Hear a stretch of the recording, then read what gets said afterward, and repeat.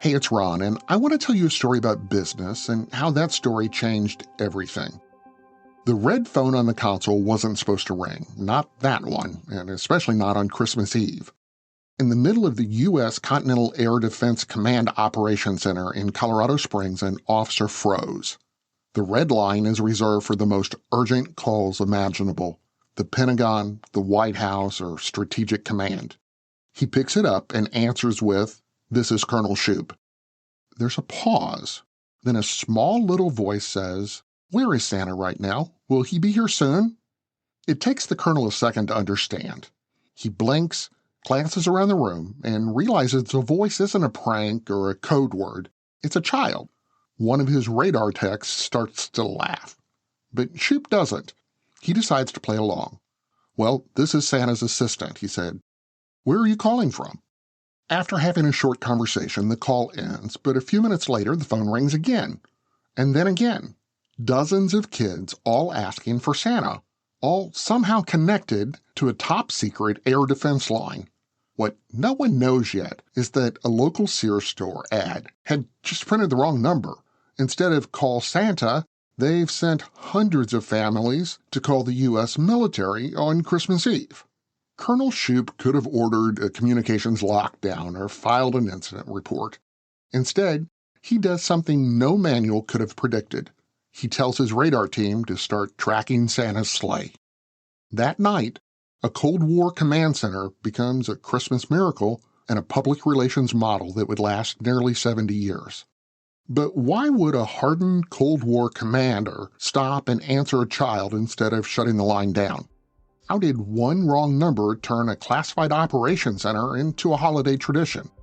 And on December 24th, 1955, how did a single phone call rewrite the way the military talked to the public?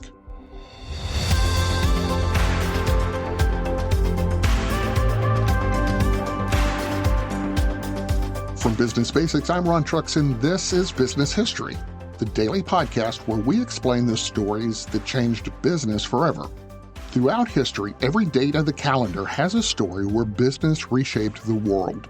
Today, December 24th, that story takes us to 1955, when a wrong number became the world's longest-running brand campaign. The story starts not in a bunker, but in the back pages of a newspaper. In December 1955, Sears Roebuck placed a full-page Christmas ad in the Colorado Springs Gazette-Telegraph and invited children to call Santa's workshop directly on Christmas Eve to find out where Santa was on his journey. A charming marketing idea designed to bring families into the store for photos, candy games, and Christmas sales. Except someone misprinted the number. Instead of ringing a cheerful Sears switchboard, calls were routed to a direct military line at the U.S. Continental Air Defense Command, the nerve center of America's Cold War early warning system. One digit off, and Santa's hotline went straight to the people watching for Soviet bombers. When the phones began ringing that night, no one understood what was happening. Radar operators thought it might be a test or a diversion. Then Colonel Harry Shoup picked up the line and heard the voice of a little girl asking where Santa was right now. It wasn't a code. It was Christmas. At that point, Shoup had two choices: follow procedure or follow his instinct. And he went off script. He told the operators to check their radar and report Santa's position.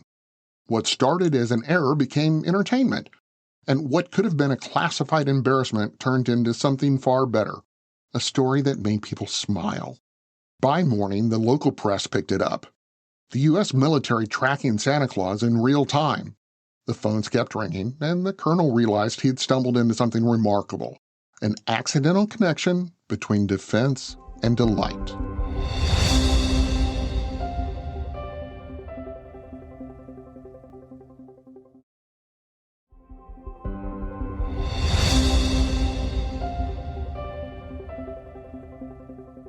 Instead of shutting it down, Shoup leaned in.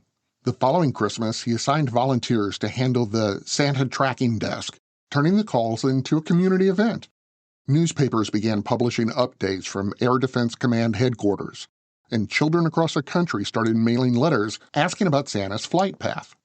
In 1958, when the U.S. and Canada combined their air defense systems under a new name, the North American Aerospace Defense Command, or NORAD. The tradition officially transferred with it. The Pentagon's press office saw the potential. Every Christmas, the Santa Tracker became a rare moment of warmth and humor from the military. Behind the scenes, it was also a communications masterstroke. A single mistake had evolved into one of the most trusted and beloved public relation campaigns in government history. By the 1960s, NORAD's public information team was sending out press releases, television updates, and radio bulletins. Decades later, the operation moved online, first with phone banks, then websites, and eventually live satellite maps. Technology changed, but the core message didn't. Connection, transparency, and goodwill. Each Christmas Eve, millions of people visit NORAD's site, or their app nowadays, to track Santa, unaware that it all began with a wrong number and an officer who refused to hang up.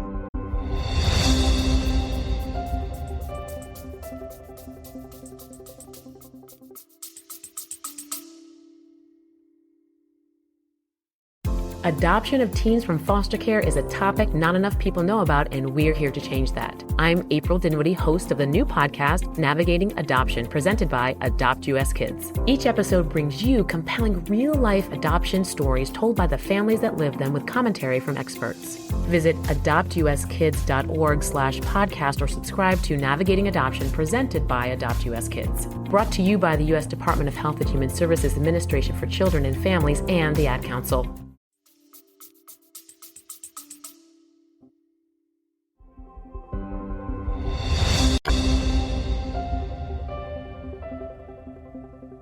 Today, the Santa Tracker is a multimedia production that would make any brand team jealous.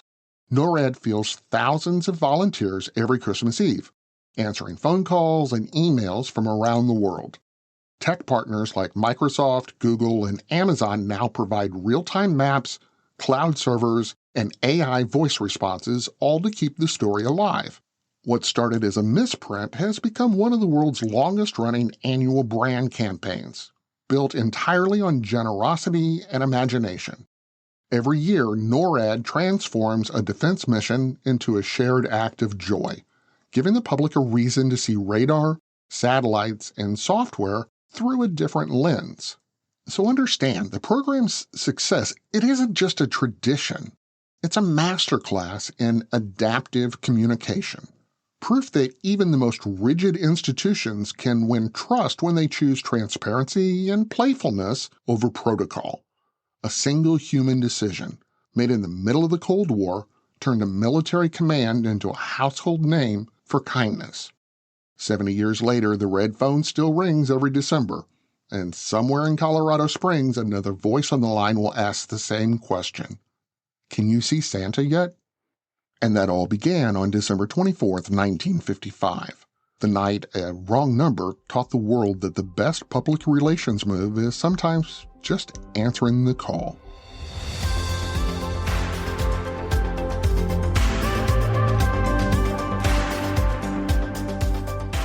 I'm Ron Trucks, and this is Business History, the daily podcast that finds the turning points behind the headlines. To hear more stories like this, follow us on Apple Podcasts, Spotify, YouTube, or wherever you listen. And if you're enjoying the stories, don't forget to subscribe and please leave a quick review. It helps more people find the story behind the business. Want to actually understand business without the fluff or the buzzwords or the MBA language? Start by visiting us at businessdailypodcast.com.